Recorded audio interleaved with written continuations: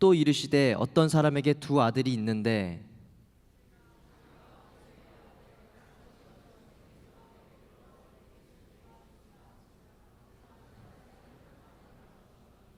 그 후 며칠이 안 되어 둘째 아들이 재물을 다 모아가지고 먼 나라에 가 거기서 허랑방탕하여 그 재산을 낭비하더니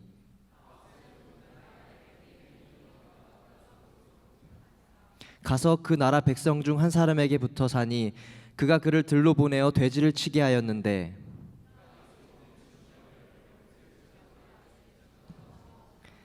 이에 스스로 돌이켜 이르되 내 아버지에게는 양식이 풍족한 품꾼이 얼마나 많은가 난 여기서 주려 죽는구나.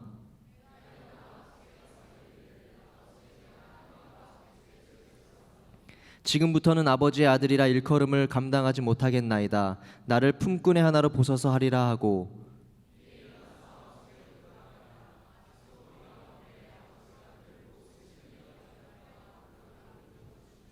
아들이 이르되 아버지 내가 하늘과 아버지께 죄를 지었사오니 지금부터는 아버지의 아들이라 일컬음을 감당하지 못하겠나이다 하나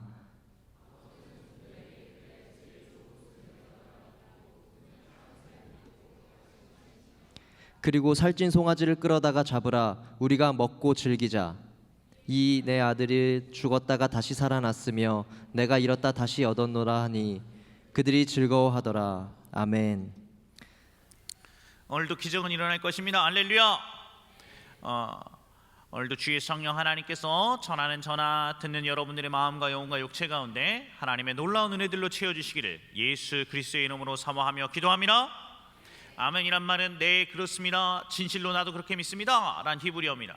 그러므로 우리의 삶에 어떤 절망, 어떤 역경, 어떤 괴로움, 어떤 아픔, 어떤 환난이 있다 할지라도 오늘 이 오후에 하나님 앞에 예배 한번 잘 드림을 통해서 오늘 여러분의 삶에 역전이 있고 치유가 있고 날아오름이 있고 회복이 있기를 예수 그리스도의 이름으로 사모하며 기도하며 아멘 한 대로 복받을 것입니다. 할렐루야.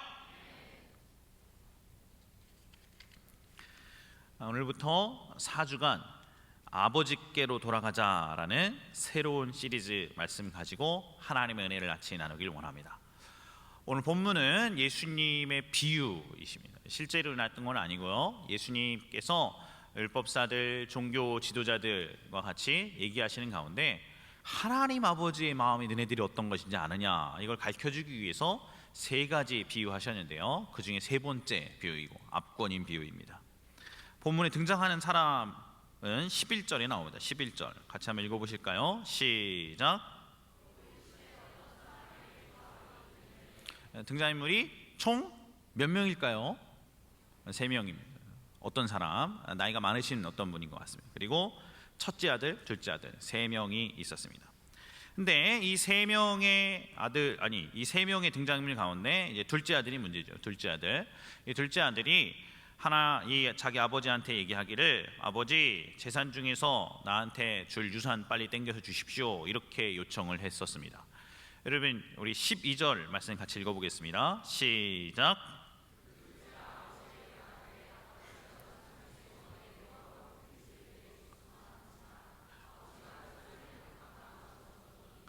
분깃을 달라 그랬는데 이 분깃이 이제 아버지 죽으면 나한테 얻어야 될 목입니다. 목.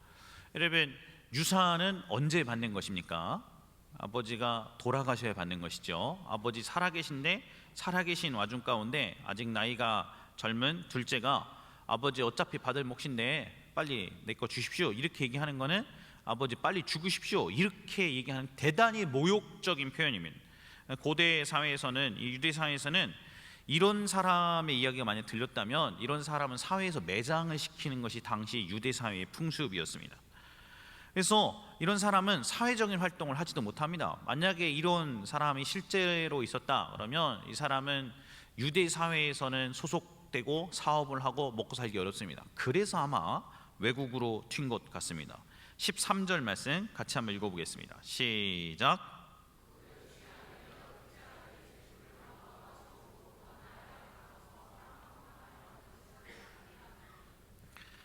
이제 아버지 보고 엄청 쫄라가지고 버르장머리도 없고 나쁜 이 둘째 아들이 죽어서야 받는 자기 목 유산을 아버지 살아계신데 쫄라갖고 탄 다음에 그거 다 돈으로 바꿔서 해외 가서 성경에 보니까 허랑방탕하였다 그랬습니다. 한번 따라서 하실까요? 허랑방탕.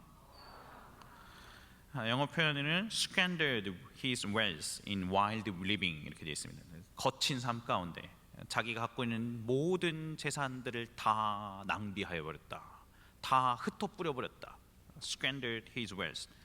재산을 날려먹었다 이런 뜻이 재산을 허랑방탕하여서.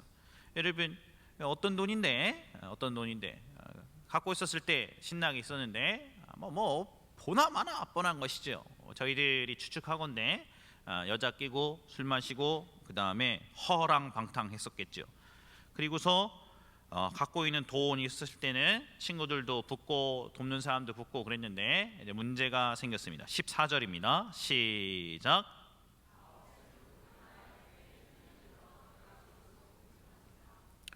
문제는 자기가 있었던 거 허랑방탕했으니까 자기 목 챙겼던 거 싹 날려버리고 날려버린 상황 가운데서 큰 문제가 이게 도망갔었던 외국 땅에 있었는데 흉년이 들은 것이.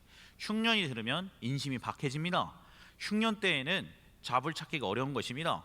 여러분 취업난이 이 전 세계적으로 있지만 그 중에서도 취업난이 극심한 국가가 있고 취업난이 굉장히 없어서 그 취업난이 오히려 전혀 없고 인력난에 허덕이는 국가도 있고 그런 것입니다. 예를 들어서 인력난에 허덕이는 국가 대표적인 격이 예전 독일이었죠. 그래서 독일 같은 경우에는 사람이 없기 때문에 우리나라 사람들이 독일에 가서 많이 취직하기를 원했고 또 해외 이민자들도 많이 받고 그랬었던 것이죠.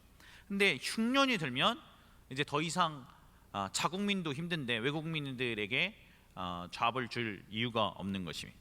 흉년 때 그 땅에 흉년이 들었다. 그리고 성경에는 그가 비로소 궁핍한지라 그랬습니다. 돈 갖고 있었을 때는 몰랐는데 돈 다 없애버리고 거기에 엎친 데 덮친 격으로 자기 인생의 흉년이 찾아갔을 때, 자기 인생의 고난이 찾아왔을 때, 자기 인생의 환난이 찾아왔을 때 그가 지했던 친구들도 다 날아가 버리고 그가 아끼고 있었던 여자들도 싹 사라지고 돈 있을 때는 사람들 붙는 것이지만 돈 다 떨어지고 나가서는 아무도 친구 취급하지 않고 아무도 가까이 하지 않는 이 불쌍한 둘째 아들의 모습이 성경에는 비춰지고 있는 것입니다. 그러더니 둘째 아들이 15절에 이렇게 결정했습니다. 같이 읽겠습니다. 시작.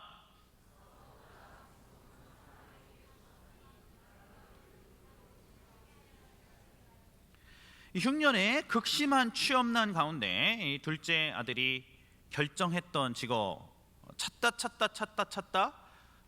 최악의 직업을 선택하는데 알바죠. 알바. 돼지치기 알바를 선택했습니다. 돼지치기 알바. 슬라이드 볼까요?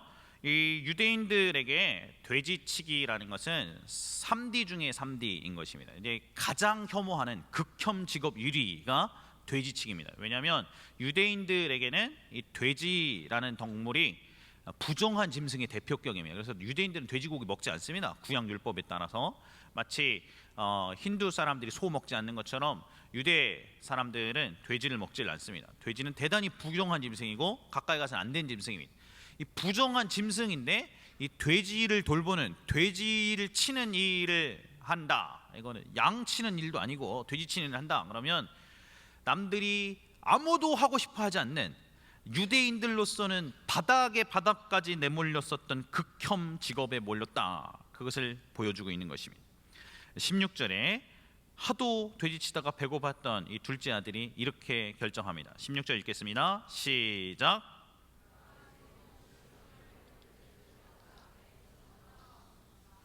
쥐염 열매, 팥 이렇게 되어 있는데 슬라이드 3번 볼까요?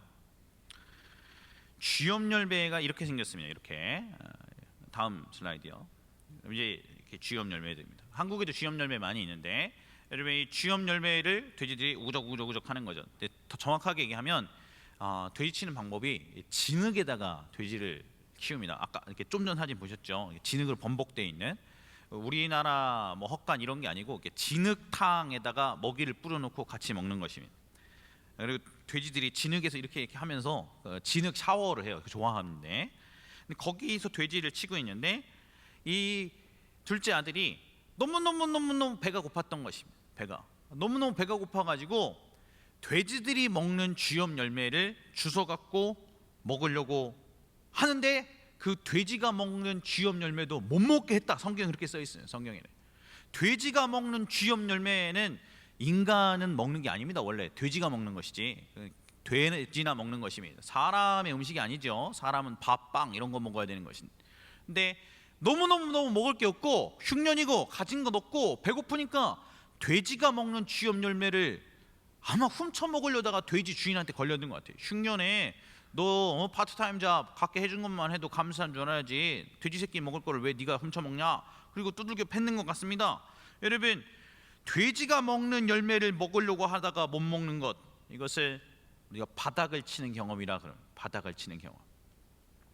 때로 우리 삶에 바닥을 치는 경험을 해봐야만 깨닫는 것들이 있는 것 같습니다. 우리가 하나님과의 관계를 갖고 있다가 우리 인생의 쓰디쓴 밑바닥, 그 밑바닥의 밑바닥, 더 이상 내려갈 곳이 없는 그 최저의 밑바닥까지 내려가는 그 순간이 돼지 열매조차도 거절당하는 이 둘째 아들의 모습입니다. 그리고 둘째 아들이 드디어 이렇게 고백하기 시작합니다. 17절부터 19절까지 여러분이 한 절, 제가 한 절 읽겠습니다. 시작.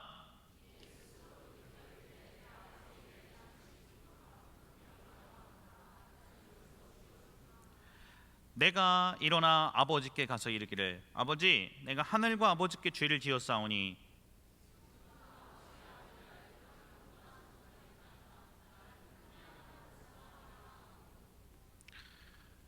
최저의 밑바닥 가운데 드디어 이 둘째 아들이 한 가지 깨달았습니다. 여기 있다가는 죽는다. 허랑방탕하게 살았던 둘째 아들, 때로는 인생의 역경과 고난, 어려움 가운데 이제는 나 교회 가야 하나라고 결정해야 될 타이밍이 있습니다. 여러분, 이 둘째 아들의 이야기 전체 중에서 둘째 아들이 잘한 거 하나도 없지만 유일하게 잘한 것 단 한 가지가 이 부분입니다. 둘째 아들이 극한의 밑바닥 가운데, 바닥을 쳤었던 경험 가운데 아버지께로 돌아가기로 결정을 했다는 것입니다. 이것이 그가 했던 가장 잘한 결정입니다. 거기서 있으면 죽는 것입니다. 여러분, 세상의 쾌락, 모든 것 다 가져봤지만 거기에 남은 것은 추락, 상처, 허무함, 외로움밖에 없는 것입니다.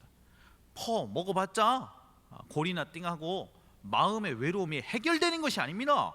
사랑하는 여러분, 그냥 허랑방탕해봤자 인생의 진정한 의미를 발견할 수가 없는 것입니다. 우리 내면에서 생기는 이 공허함과 허무함을 해결할 길이 없는 것입니다. 그래서 결정해야 되는 것입니다. 내가 신앙 멀리하고 하나님 떠났더니 이게 뭐냐, 이게 내 꼴이. 그리고 이 시리즈의 제목처럼 내가 아버지께로 돌아가리라 결심해야 하는 것입니다. 내가 아버지께로 돌아가야지. 거기서 그대로 쥐염 열매나 주워 먹고 돼지 새끼들 옆에서 비난이나 당하고 이렇게 사는 삶에서 만족하지 말고 더 이상의 공허함과 외로움과 상처와 아픔 가운데 진흙 중에서 돼지 새끼들처럼 번복되는 죄악의 구렁텅이에서 있지 말고, 거기서 멈추지 말고, 적어도 우리 아버지 집에는 굶어 죽는 건 없으니까, 굶어 죽는 건 적어도 먹을 것은 있었으니까 내가 돌아가리라. 내가 아버지께로 돌아가리라. 내가 돌아가리라. 그렇게 결심하는 것입니다. 결심을 해보는 것입니다. 다시 아버지께로 돌아가야지. 다시 교회로 가봐야지. 하나님께로 내가 돌아가 봐야지. 이렇게 결정하는 결심들이 여러분에도 있으시기를 예수님은 축복합니다. 20절 말씀 읽겠습니다. 20절 시작.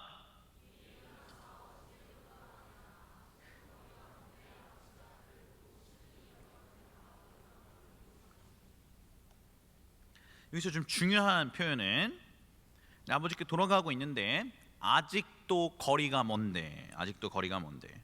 근데 아버지가 저 먼 거리 동구 밖에서 아들이 오는 것을 보고 측은히 여겨, 불쌍하게 여겨서 동정심을 갖고 달려갔다. 이것이 중요한 것입니다. 이걸 좀 생각을 좀 해보겠습니다. 자, 아버지가 저처럼 이런 양복을 입고 있는 건 아니겠죠. 이제 고대 근동사회에서 입었던 옷은 이제 튜닉입니다. 튜닉. 바지는 아직 개발이 안 된 거고, 바지는 켈트족이 이렇게 개발한 거고, 여러분 고대 근동사회 유대 사회에서 여러분 사람들이 이렇게 치렁치렁한 트닉에다가 허리끈 이렇게 쭉 점매고서 있는 것입니다. 그러면 이거를 입고 성경의 표현대로 달려갔다, 이제 뛰어갔다, ran to his son 이렇게 되어 있는데, his father ran to his son, 그 아들에게 뛰어가려면, 여러분 이게 성가대는 좀 짧죠, 한 여기까지밖에 안 가니까, 이제 바닥까지 있는 거니까 이거를 이렇게 휙 잡고 이러고서 이렇게 달려야 되는 거, 이러고서 이것이 고대 유대 사회에서 나이가 지긋한 마을의 유지쯤 되는, 이 마을의 장로쯤 되는 노인네가 이거를 이렇게 들고 이거 이 다리를 보인 채, 맨산을 보인 채 이렇게 막 뛰어가는 것은 대단히 우스꽝스러운 것이고, 그리고 좀 금기시되고 터부시되는 일이었던 것입니다. 여러분 나이 많은 노인이 이렇게 휙 돌고서 이러고서 뛰어가는 게 그게 웃긴 것입니다. 웃긴 것. 아버지가 그런 것들을 생각하지 않았습니다. 왜 그랬을까요? 왜 뛰어갔을까요? 아버지가 저 멀리서 아들이 오는 걸 보자마자 아버지가 왜 뛰어갔을까요? 틀림없이 아버지가 아직 돌아가시지 않았는데 유산을 달라고 했던 이 못된 둘째 아들의 소문은 이미 사회에 파다하게 퍼졌을 것입니다. 그리고 이렇게 사회에 퍼져 있던 둘째 아들을 볼 때 유대인들은 이 둘째 아들이 배은망덕한 놈이고 나쁜 놈이라는 걸 알았기 때문에 이 둘째 아들에게 모욕을 하고 돌멩이를 던지고, 그 다음에 이 둘째 아들을 괴롭혀도 전혀 문제가 되지 않는 분위기였습니다. 왜냐하면 배은망덕한 놈이고 아버지 보고 빨리 죽으라 한 놈이고, 그리고 돈 다 팔아먹고 나쁜 놈이니까 사회 구성원 누구도 이 둘째 아들을 받아주지 않는 것입니다. 그래서 이 아버지가 다른 사람들이 내 둘째 아들에게 해코지하기 전에, 다른 이 사회 구성원들이 보고 저 싸가지 없는 놈 돌아왔네 이렇게 하고 욕하는 얘기를 둘째 아들이 듣기 전에, 다른 사람들이 저 나쁜 놈의 새끼 이러고서 돌멩이 던져갖고 한 대라도 얻어맞기 전에 이 아버지가 튜닉을 들고 팍 펄럭 하면서 저 멀리 있는 아들한테 달려온 것입니다. 딴 사람이 뭐라고 하기 전에. 왜냐하면 그 아버지가 아들과 같이 있는 모습을 보면 가장 배신당한 상처가 깊은 사람이 아버지 당사자이기 때문에 다른 사람들은 더 이상 말할 거리가 없잖아요. 다른 사람들은 저 아버지조차도 뭐가 지금 대면하고 있는 상황이, 아버지는 그것을 알았던 것이죠. 그래서 다른 사람들이 내 둘째 아들한테 돌멩이 던지기 전에, 내 둘째 아들 보고 싸가지 없는 놈이라고 하기 전에, 욕하기 전에, 비난하기 전에, 내 둘째 아들 다시금 내쫓기 전에 이 아버지는 둘째 아들 향해서 뛰어가야 했습니다. 뛰어가야.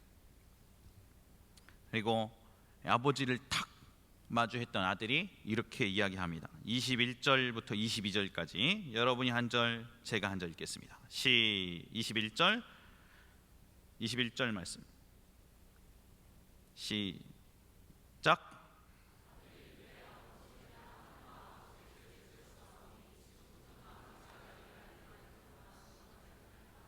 (22절) 아버지는 종들에게 이르되 제일 좋은 옷 내어다가 입히고 손에 가락지를 끼우고 발에 신을 신기라.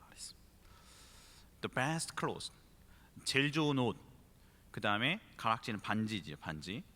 좋은 옷과 가락지, 이 반지는 후계자의 권위를 다시금 확증해 주는 것입니다.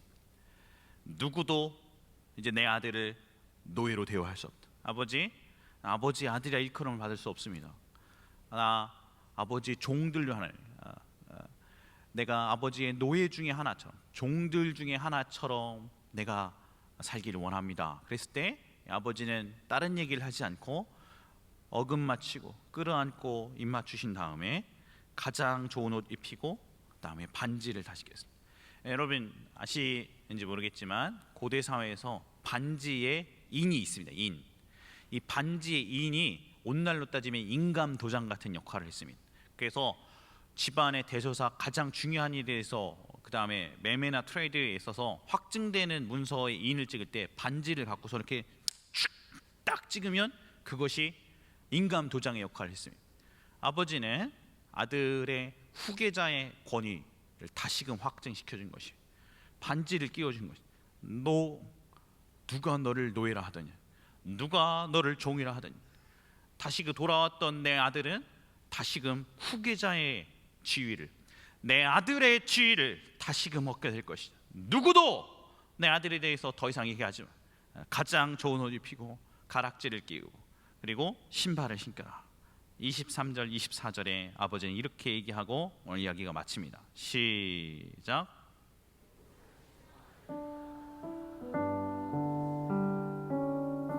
(24절)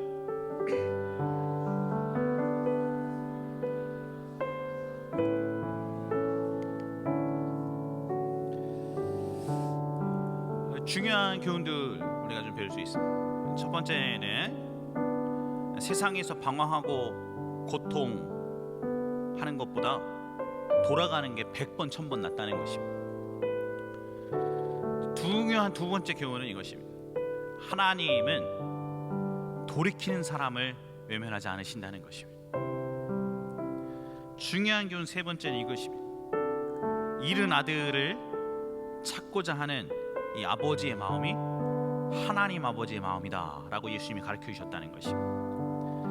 우리 전영택 목사님이 이 둘째 아들이 돌아온 비유, 탕자의 비유를 알렸던 이 세 번째 비유를 가지고 노래를 만들었습니다. 찬송가 527장에 쓰여졌는데 대부분의 찬양들은 해외에서 널리 불리던 곡들이 한국말로 다시금 번역이 되어서 불렸지만 우리 전영태 목사님이 작사하셨던 이 찬양은 미국 감리교와 미국 장로교의 역으로 수출되어서 그 나라 사람들, 굉장히 많은 사람들의 가슴을 울리는 노래가 되었습니다. 찬송가 527장 가사가 이와 같습니다.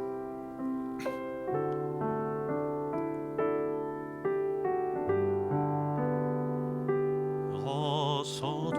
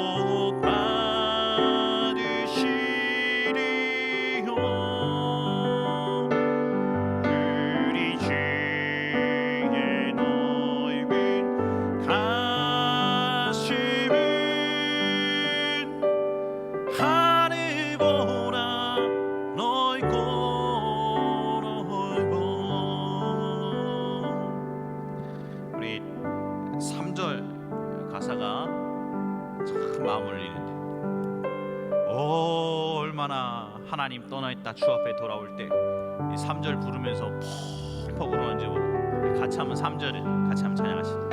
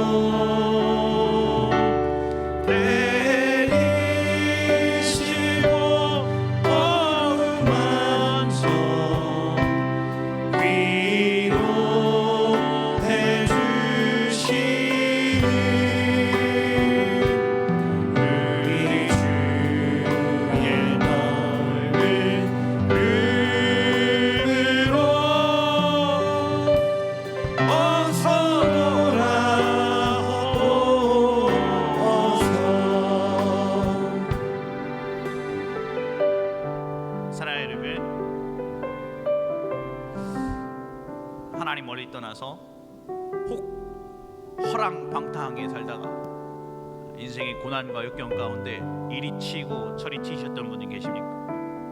오늘 제가 여러분들에게 정말 놀라운 소식을 전해드리겠습니다. 여러분이 돌아가고자 하는 마음보다 여러분이 돌아오시기를 기다리는 아버지 마음이 언제나 더 크신 것입니다. 돌아오기만 기다리신 분이 우리 하나님인 것입니다. 때로 치셨어도 싸매어 주시는 분, 때로 때리셨어도 다시금 치유하시길 원하시는 분이 우리 아버지신 것입니다. 사랑하는 여러분, 하나님은 오늘도 찾고 계신 것이, 잃은 자식 돌아오기만 찾고 계신 분이 우리 아버지신 것입니다. 이것이 오늘 성경 본문을 통해서 아들 예수님 우리에게 전해주시는 하나님 아버지의 마음이신 것입니다. 누구도 지난날의 죄가 아무리 크다 우리 하나님이 감당할 수 없는 죄란 없는 것입니다. 지난날 아버지의 마음을 아무리 많이 찢었다 한들 돌이킨 사람을 외면치 않으시고 품으시는 하나님의 사랑보다 더 큰 죄악은 없는 것입니다. 그러므로 우리 아버지 하나님 앞에 돌아오십시오. 사랑하는 여러분, 혹 방황하셨거든 이 아버지 앞에 돌아오십시오. 그리고 아버지의 마음을 우리가 이해하셨으면 좋겠습니다. 여러분을 기다리실 때 온 밤을 새워 기다리시고 돌이키기만 하면 저 멀리까지 뛰어나가 끌어안고 입을 맞추고 좋은 옷을 입히고 다락지를 신기고 신발을 신기고 살찐 송아리를 잡아 잔치하고 잃었던 내 아들 다시 돌아왔으니 누구도 이 문제에 대해서 다시 언급하지 말라 하는 이 아버지의 심정을 여러분이 아시길 바랍니다. 우리 2절 찬양하고 같이 한번 기도했으면 좋겠습니다.